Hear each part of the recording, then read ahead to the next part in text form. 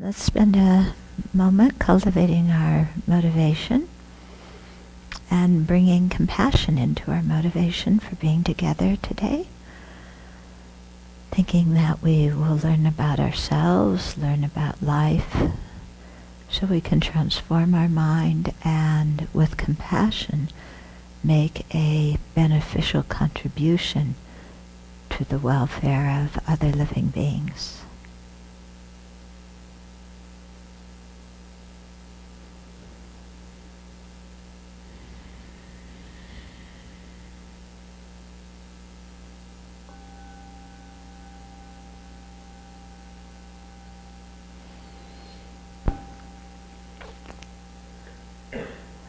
Okay. So, we've been going through this book, Don't Believe Everything You Think, which is a commentary on a Tibetan poem written several centuries ago. And it deals with real life situations that we all experience, that we all find difficult, and gives us advice on how to work with these situations. Of course, the advice is usually the opposite of what our present mental state wants to do, which is why it's the antidote. Yeah. If the advice went along with our present mental state of anger or dissatisfaction or whatever, then it certainly wouldn't be the antidote, would it? It would just increase our mental afflictions. Okay, so we've gone through some of the verses so far. If you are interested in them, they're on the website, on the Sravasti Abbey YouTube channel, right? Huh? Yeah. So you can go and listen to them there. Today we're doing verse 13, which is about transforming suffering. Okay. So even if someone tries to cut off your head when you haven't done the slightest thing wrong, out of compassion take all her misdeeds upon yourself. This is the practice of bodhisattvas. Okay, so bodhisattva is somebody with great compassion who aspires for full awakening for the benefit of all living beings. Okay, so the situation is, even if somebody tries to cut off your head, that's pretty extreme, isn't it? Yeah, I mean, it happens in some places in the world, but usually, that's not what we face, okay? But he's saying even in that horrendous, dire situation where somebody tries to cut off your head, and when you haven't done the slightest thing wrong. Okay, so it's not like, you were a criminal and botched things up and harmed many living beings and you're getting your retribution by the justice system. It's, you haven't done anything wrong. And, somebody's totally lambasting you, harming you in various ways, up to the point of cutting off your head. But meanwhile, you haven't done anything to warrant that kind of treatment. Mm-hmm. Now, clearly, sometimes when when people mistreat us, most of the time actually, when people treat us poorly, we feel like we're innocent victims of their bad moods and their anger and stuff like that, don't we? Yeah, it's never our fault. Yeah, it's never our fault. I had a friend who did conflict resolution training and mediation, and he said, I went to one of his workshops, and he commented how it's always the nice cooperative people who come to his workshops, never the people who are uncooperative, So I have the same thing. I always have the sweet, innocent people who never do anything to irritate anybody else come to the Dharma talks, right? Aren't we all sweet, innocent, benevolent, kind? We would never do anything. Well, maybe we do something to set other people off, but not deliberately, just accidentally. Or as my mother used to say, accidentally, deliberately. Like somebody else's buttons? Yeah? Then you just so sweetly, innocently, and then when they get ticked off, you look around like, oh, why are you irritated? I didn't do anything. You're just too sensitive. Yeah, it's never our fault. Really amazing, huh? Yeah. So once in a while, we might lose our temper, just once in a while, right?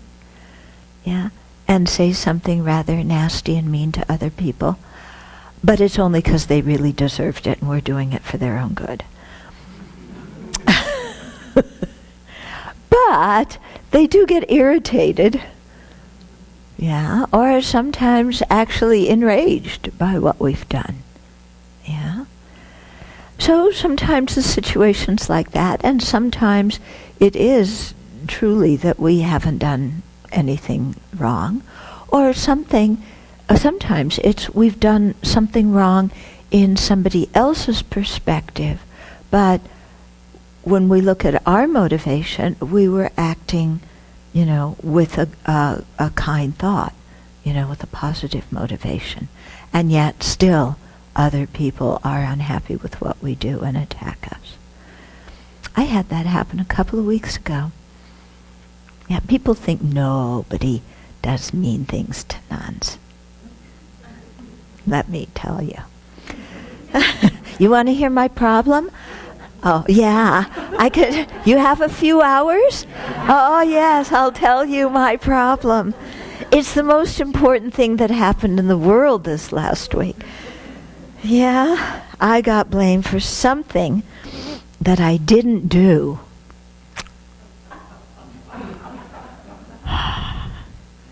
And something I did do with a kind motivation, they didn't like. The nerve. Okay. So, even if someone tries to cut off your head, we don't usually get retaliation like that. When you haven't done the slightest thing wrong, sometimes we might have done the slightest thing wrong, but just the slightest thing. Then, what's the antidote, Yeah. Well, first of all, how do we feel when we're blamed for things? Yeah. We usually get pretty angry, don't we? Especially if we feel that it was undeserved, At least, if you're going to blame me, I should have gotten the satisfaction of harming you first. This is the way our crazy mind thinks, as if harming others is going to bring us great satisfaction. Yeah. Well, it doesn't, yeah. But anyway, when we're harmed, kind of something's going on there. We, in one way or another, triggered somebody's buttons, either deliberately, accidentally, or, whatever it was. Yeah, but we usually, instantly, our defenses come up, right? Yeah, instantly. Yeah, and so we're angry, most of us, right? We feel that we've been unfairly accused. And we want to explain ourselves. Yeah.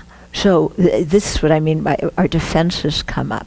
Then we want we have to tell the person the long story of da da da da da da da da da da da da da why we did something. Okay. They don't really want to hear that story. Yeah, they aren't usually very interested in it. But we feel the need to tell the story about why we did what we did. Sometimes, it is helpful to somebody, and it does calm them down.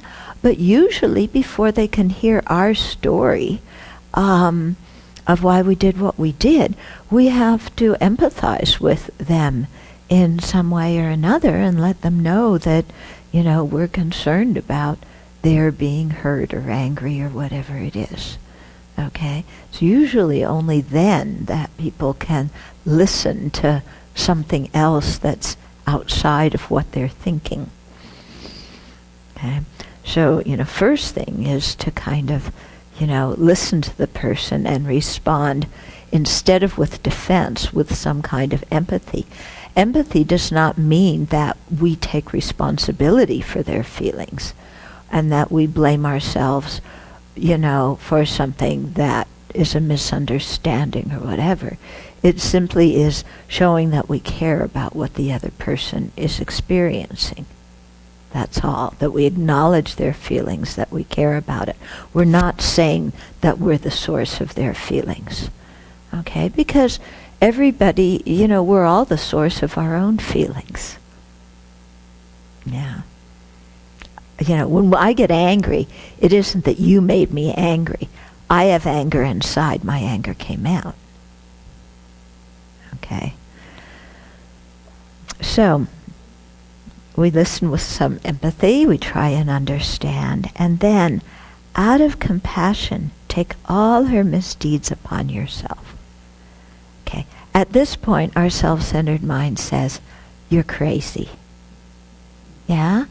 Somebody is cutting off my head or doing something very drastic, that really interferes with my happiness and my interests, when I haven't done anything wrong. And then I'm supposed to take all of their misdeeds upon myself? That's not right. That's not fair. They should take all of my misdeeds and suffering upon themselves. Yeah. Because after all, I'm sweet and innocent and kind and benevolent. Okay? So what this is referring to when it says, to take all their misdeeds upon ourselves, it's referring to a meditation that we call the taking and giving meditation. Okay? And this meditation is done to increase our feelings of love and compassion for others. So, love in Buddhism is defined as the wish for somebody to have happiness and the causes of happiness. And compassion is the wish for them to be free of suffering and the causes of suffering. That's all. Okay? So, in our meditation, we're trying to increase our feelings of love and compassion. And we do this through this taking and giving meditation. And prior to the meditation, we've done a lot of reflection about the kindness that other living beings have shown us, our dependence on them, how they have benefited us so much, not only the people we know, but also strangers, and also even people who have harmed us. If we look at it in a certain way, we see that they've benefited us. And we've also done a lot of meditation reflecting on the misery that other sentient beings, other living beings go through. Physical misery, mental misery, just the whole situation of cyclic existence. And so we've spent some time reflecting on this and generating a feeling that wants them to have happiness and to be free of suffering, because we realize that they're just like us, that our happiness is not more important than theirs, that our suffering doesn't hurt more than theirs, that we all equally are worthy and deserving of happiness and not misery. Okay, so we've done a lot of reflection on that. And then, when our love and compassion are strong, to increase them, we do the taking and giving meditation. Okay, so usually in life, when there's suffering, when there's a problem, we're very happy to give that to other people. Yeah? When there's difficulty at work, you can fix it. Yeah? When there's something inconvenient to do, you can figure it out. Right? Yeah? Whenever possible, we wiggle out of doing what we don't want to do and give it to other people to do. Mm-hmm. Meanwhile, whenever there's any happiness to be gained, Whenever there's praise or reputation or material benefit or status of some kind, anything to be gained, we will very happily take that ourselves. Okay, this is how our self-centered attitude works, isn't it? There's a problem, something bad, you can have it. If there's something good, I'll take it. Okay, that's the self-centered attitude. This self-centered attitude is actually the cause of so much of our pain and misery in life, because it makes us super sensitive so that we take offense when other people aren't doing anything. And it also makes us think we're the most important ones in the world, so we get all riled up when people don't treat us in the way we think we deserve to be treated. Because after all, I am me. Yeah? And everybody should treat me well. Everybody should honor me, respect me, realize that everything I think is correct, even if I changed my mind from yesterday. Everybody should know that, since I am always correct, then I should always win every fight. And I should always have the last word in every discussion, because I'm always right. Yeah, so our self-centered thought that's just thinking about me and what I want, this mind whose slogan is, I want what I want when I want it. Yeah, that mind actually creates a whole bunch of problems for us, because, when we're acting just from our own perspective and not considering the feelings of others and being demanding and selfish, then, it sets other people off and it makes them unhappy, and understandably so, And then, of course, when we've made other people unhappy, they, let us know that they're unhappy in no uncertain terms, and then we have more problems. Okay? So, we've done some, prior to do the taking and giving meditation, we've really seen that this self-centeredness that, is behind so much of our daily actions, actually that's what our enemy is. Yeah, this very impulsive, impetuous mind that just is trying to get everything good for myself and forget everybody else, basically. Of course, we're very sophisticated people, aren't we? We're not 2-year-olds. 2-year-olds are very honest. Give me this. No, I won't do that. We're adults. Yeah. We know how to put on a good face, right? So that we convince people that doing what we want them to do is in their best interest. Yeah. We are so clever.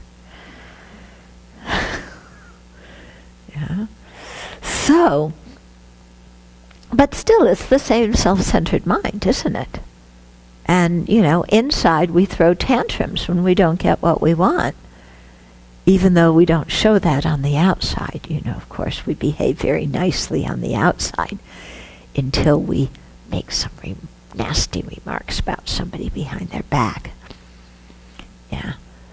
But, when we really contemplate the effects of our self-centeredness, we see that it propels us to do a lot of things that are against our own ethical values and that cause problems in our relationships with other people. Yeah?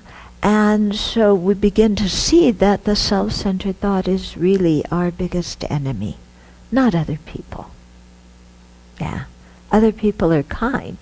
Everything we have is due to other people giving us stuff. Yeah. So it's the real problem is, our distorted way of thinking. So when we have some confidence in that, and then we also, then think about the benefit of helping others. And the benefit, not just of helping them, because we can't directly help everybody, but just the benefit of cherishing everybody. Somewhere in our heart, finding the huge, big room where we can really cherish other living being, simply for who they are. Not because they do something nice to us or agree with us or whatever, but just because they are a living being. That's all. Yeah. And to cherish them for that reason and want to be of benefit to them for that reason. Because we're all exactly alike.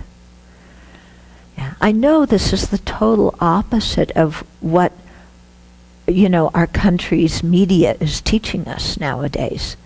And it's the opposite of the examples we're getting from people in government and people in big industries and corporations and Wall Street, where it seems like everybody's out for themselves.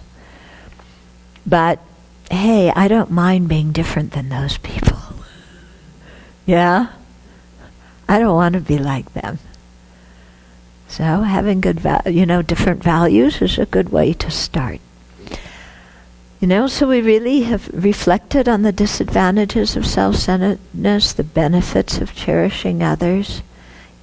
And then when those feelings get very strong, then we do the taking and giving meditation, in which we imagine we start out maybe with a small group of people who have a specific kind of misery or suffering. And we think with a mind of compassion, may they be free of that suffering.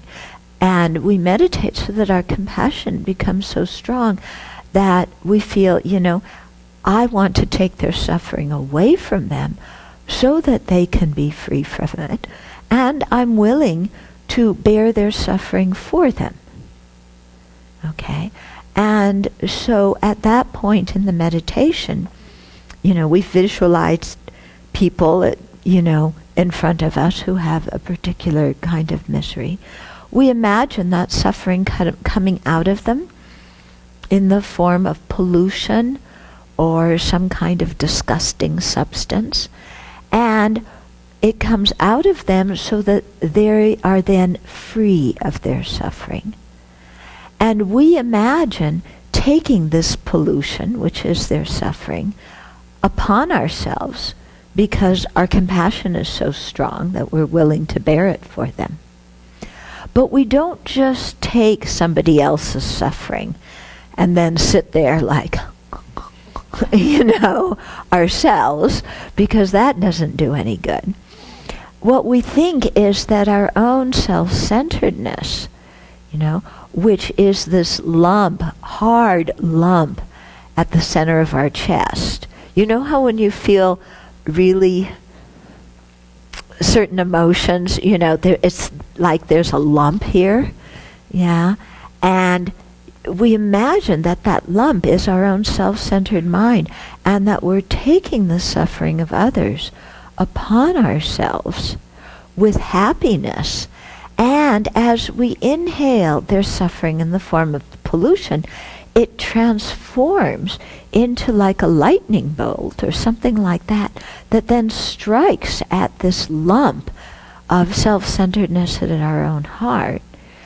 And that lump of our own misery that's caused by our own selfishness completely vanishes. It's demolished. This lightning bolt, pooh, it's gone. And so what we've done is we've taken what other people don't want, which is their misery, and used it to destroy what we don't want, which is our own self-centeredness. Okay? And then in our heart, once that horrible heavy lump of self-centeredness is gone, then there's just a feeling of open space. When our self-centeredness is gone, I don't need to defend myself. I don't need to justify myself. I don't need to protect myself. it doesn't mean that I'm going to be vulnerable to anything, because it's the self-centeredness that makes me feel vulnerable. And once I get rid of the self-centeredness, the feelings of vulnerability go away. Okay? Because our self-centeredness is always, what about me? What if this happens? What if that happens? What am I going to do? Oh no, oh no. You know, where does worry and anxiety and fear, what's the root of worry, anxiety, and fear? What's going to happen to me? What are people going to do to me? How am I going to look to others? How am I going to appear? What's going to happen? How am I going to get a job? What happens if I lose my job? Oh, I've got to find a relationship. What happens if I don't find a relationship? What happens if my relationship breaks up? What happens if this happens? What happens if that happens? I don't know what to do. My life, it's everything so confusing. Who is the star of that anxiety, worried show? It's all about me, isn't it? Yeah? So once we put that self-centered mind down, we don't have to spend so much money, so much time or money thinking about what's going to happen to me. Yeah? Because the thing is, the anxiety and worry and fear do not protect us. Yeah, wisdom and compassion protect us from harm. Anxiety, worry, and fear don't protect us. They make us crazy, as we all know, because we suffer from them. Yeah, so if we drop the self-centeredness, we can drop the worry, anxiety, and fear. Then the feeling of vulnerability isn't there, and then we can just be with what is, with wisdom and compassion, you know? So it doesn't mean we become the world's doormat. It doesn't mean we let people do whatever they want. But we approach people, we approach the world with a feeling of kindness and compassion instead of a feeling of, you know, what are you going to do to me? Which, of course, our media likes to instill in us.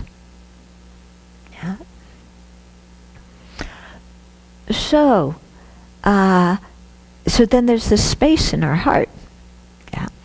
Then in that empty space in our heart, we generate a feeling of loving kindness for others, wanting them to have happiness in its causes. And then again, in our imagination, we visualize taking our body, our possessions, and all of our spiritual merit, spiritual energy, multiplying it and transforming it into whatever anybody else needs and sending it out into the universe without any feelings of loss ourselves. Okay? So sometimes it's easier to start thinking of transforming our possessions and giving our possessions away. Yeah, when we do that, we usually start with something we have that we don't like, that we want to get rid of. You know, that's how our generosity starts. But gradually, you know, it can build up to even things we like and so on. So it's very nice, you know, think of the things that you have and think of people in the world who can use them, or even think of animals, you know, who can use different things, and then you imagine taking your possessions and they transform into whatever or whoever anybody else needs. And with a feeling of loving kindness, you send it out. So, you know, whoever needs a washing machine, you send them a washing machine. Whoever needs a new house, that you send them a house. Whoever needs this or that, you send them what they need, you know. You imagine also taking your body and multiplying it and transforming it and sending yourself out so that you become whoever anybody else needs. So somebody else needs a friend, you become their friend. Somebody needs a teacher, you become the teacher. Somebody needs a handyman around the house or a garbage collector, you become that. You know, you just do what you imagine. I mean, you imagine becoming what and doing whatever could benefit other living beings. And you do this with a feeling of love, with a joyful, happy mind.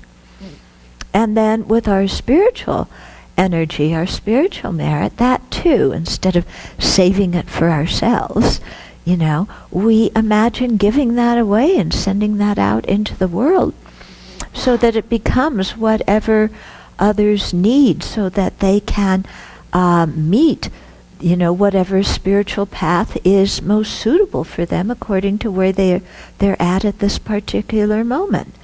And we send it out so that they can have all the good conditions they need to be able to practice the path and develop ethical conduct and love and compassion and wisdom.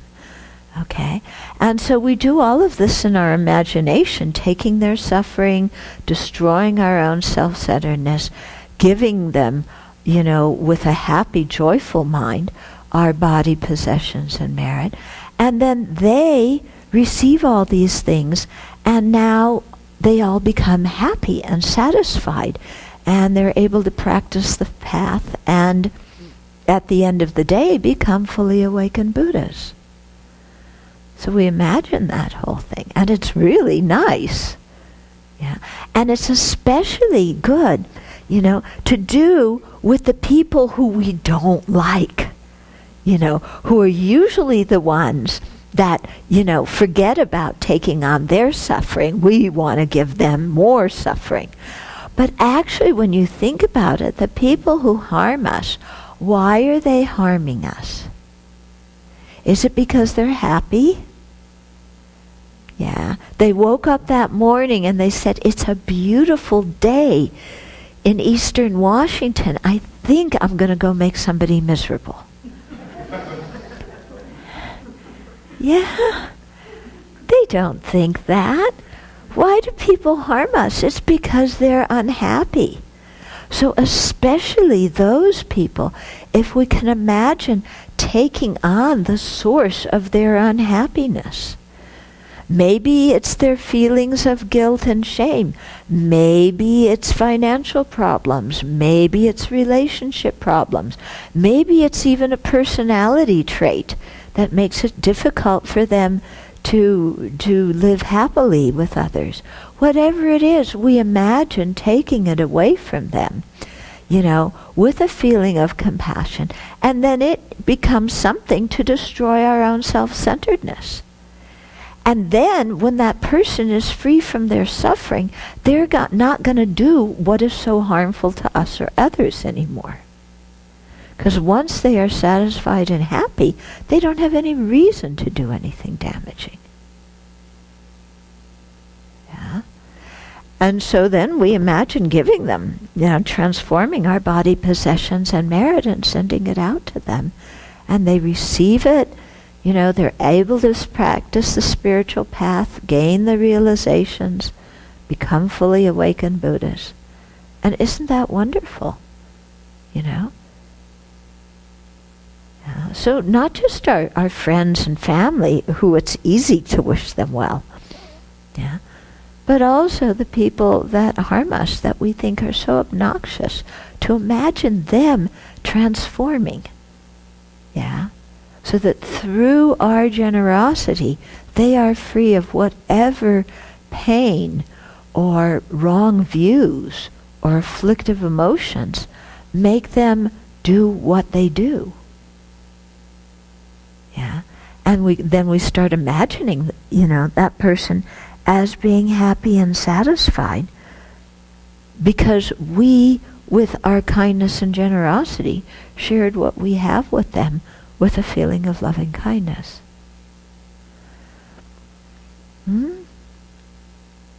So this is, a practice that we're being advised to do in this verse. It's not an easy practice. Sometimes when we think of the taking and giving meditation, we get a little bit worried. Somebody's suffering with cancer. If I imagine taking on their cancer, I might get it.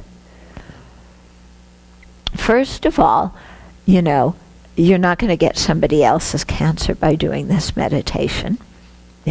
Because we cannot take somebody else's karma. We imagine taking it, but in actual fact, we can't. So don't worry about getting sick. However, even if your mind says, oh, I might get sick, then you say, that's my self-centered thought again. I don't want to get sick. And then you say, my self-centered thought is my enemy. So it's okay if I get sick. Let my self-centered thought get sick. You give your misery to your self-centered thought because we are not our self-centered thought. We are not inherently selfish. Yeah, our selfishness is not the nature of our mind. It is not who we are. So in our minds we separate it out. We let our self-centeredness, have some problems. Because that's the real enemy.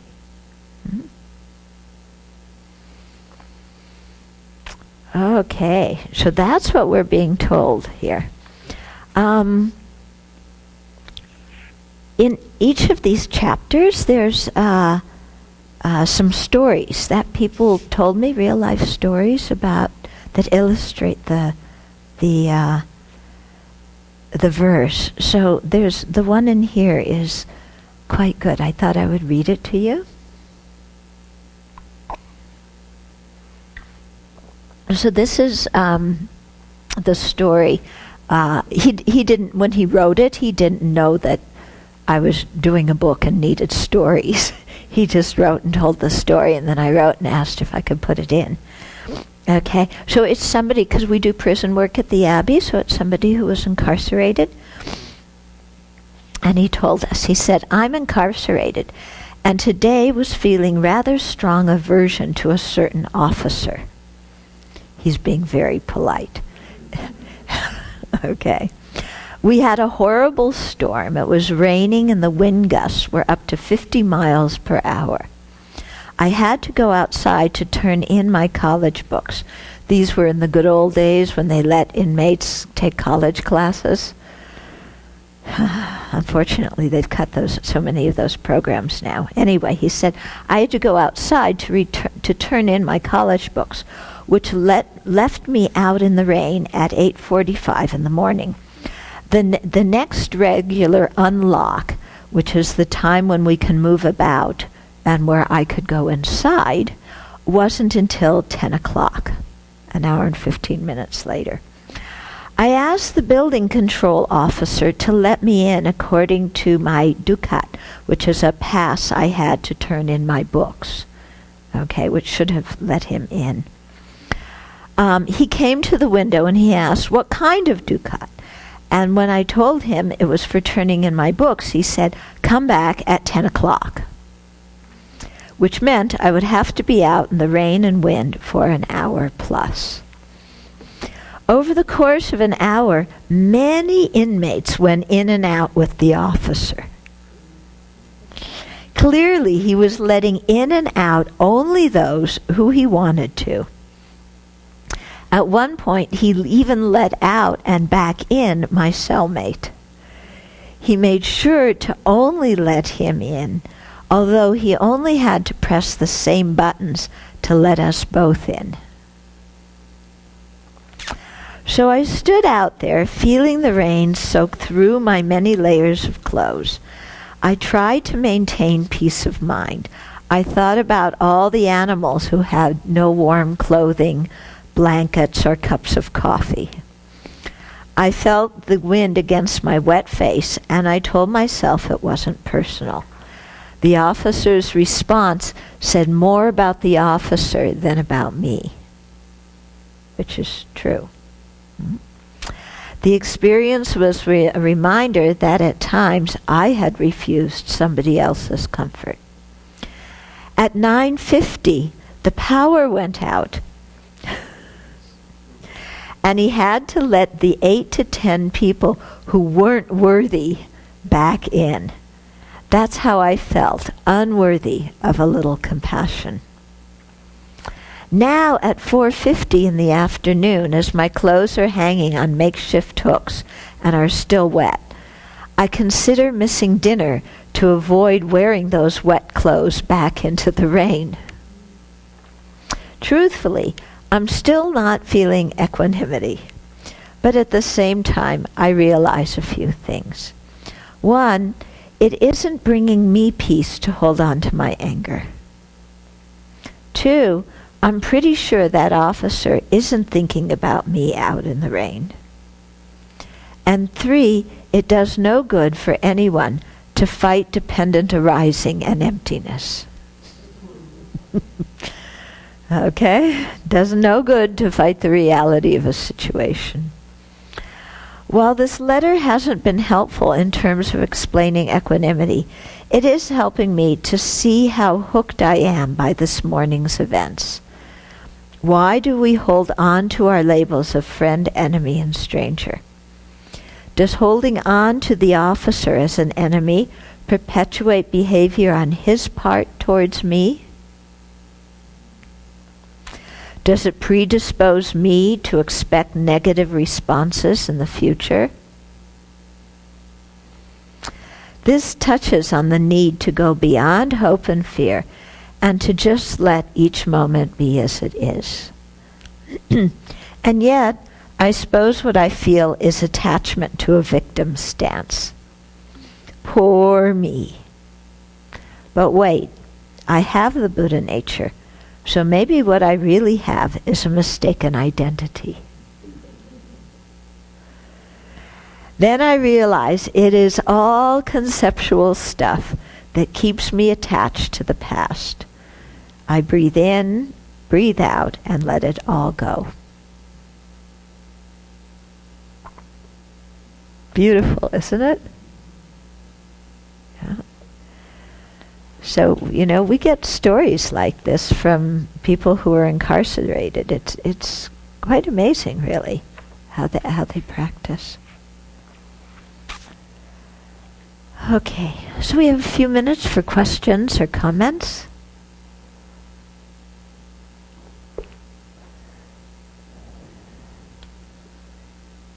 This is your chance. Yeah.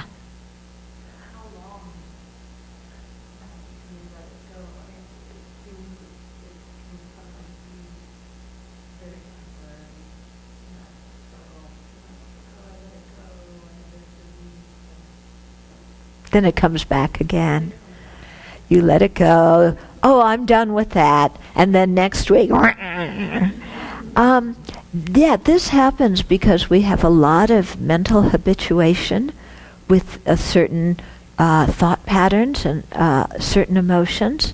So it's going to take positive habituation, or I should say habituation, with more constructive ideas and emotions. Yeah? Because we're very much creatures of habit, so we have to establish a new mental emotional habit. Yeah. So this is why they call it practice. We have to practice transforming our mind. We have to do it again and again and again and again. And at first it may feel very unnatural.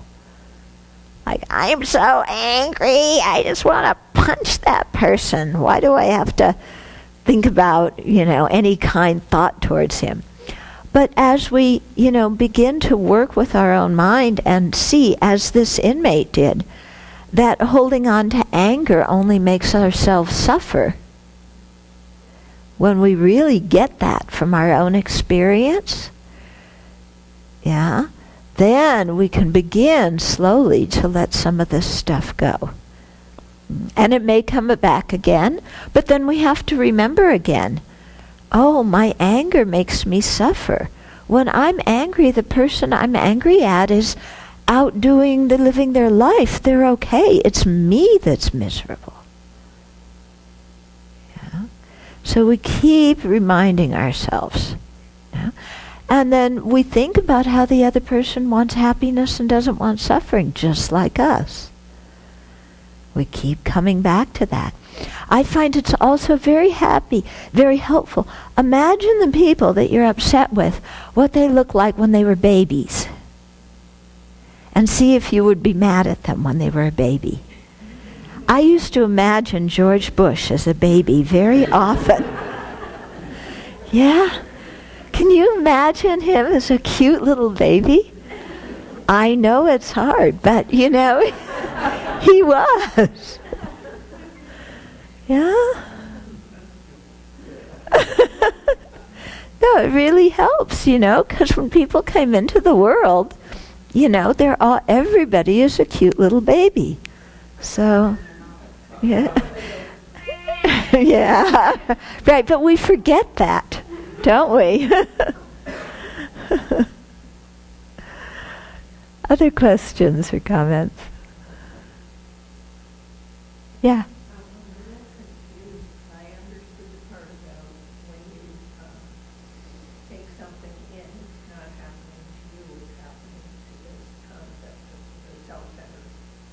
Mm-hmm. But I mean, the taking in, you said you're not taking in your karma. Yeah, but you imagine, we cannot take somebody else's karma, but we can imagine taking their karma. We can imagine taking their suffering, because just imagining that helps us to increase our compassion. So the purpose of taking it in is the increase of compassion. Right. But you're not doing Yeah. I mean, if somebody's sick, I can imagine taking their suffering. It doesn't mean that I can. Yeah, I mean, yeah, because everybody experiences the results of their own actions. Nobody else can take that from us. But it helps us to imagine being able to take others' suffering from them, because that helps increase our compassion. And by increasing our compassion, then when we encounter a situation when we actually can be of help, we won't hesitate. The self-centered mind won't be there to say, well, no, don't do that for them, da-da-da-da-da-da-da. Okay?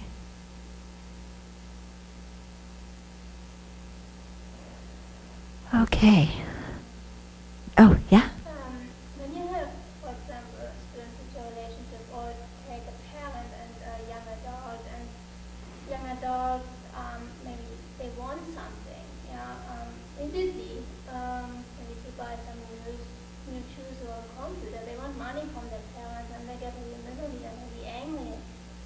And you want, as a parent, that your child is happy, right? Mm-hmm. But you can't definitely fulfill this wish. Mm-hmm. So is there atonement also an opportunity?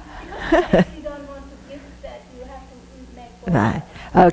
Okay. So this is a very good question. So as a parent, you may have a child who's a young adult who wants something, and they're saying, I want this, get me this, get me that. And maybe you don't have the money to do it, or also you know that if you do it, it's just going to spoil the child, So then how do you do the taking and giving meditation here? Do you imagine giving them everything they want? Yeah? And then actually go out and buy it for them as an act of generosity? No, because this is where you have to use wisdom with your compassion. Okay? If you have a child who's very demanding, it doesn't help them to always give them what they want, because then they don't know how to function in the world. Yeah, and they're going to grow up to be a miserable adult because they can't deal with the frustration of not getting what they want. So your job as a parent, your job of kindness to your parent, is to be honest and to say, no, you can't have that. And to model how to deal with the frustration of not getting what you want. Because kids learn by observing their parents. So how do you as a parent act when you don't get what you want? Do you complain? Do you get angry? Do you badger? Do you yell and scream? Yeah, because if so, that's what you're teaching your kids to do when they don't get what they want. Do you nag? Yeah. Okay. So, you need to teach the child how to deal with that frustration. And sometimes talking with them. I mean, of course, if it's an older, like you said, a young adult or a late teen or whatever, you can talk to them and discuss the feelings and, how to work with those feelings. Okay?